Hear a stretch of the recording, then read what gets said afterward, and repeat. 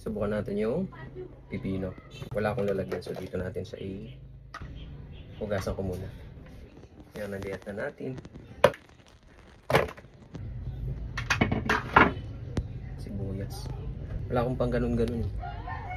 Sana kasya. Pepper. Asin. Lagyan natin ng rice vinegar. Soy sauce. Natin itong cheese. Tanga. Sukal. Chili sauce. Ito yung itsura niya. And then let's shake.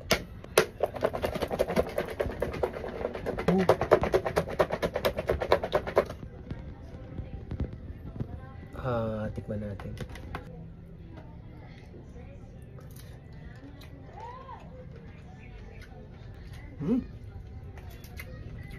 Harap. Harap. Ang harap.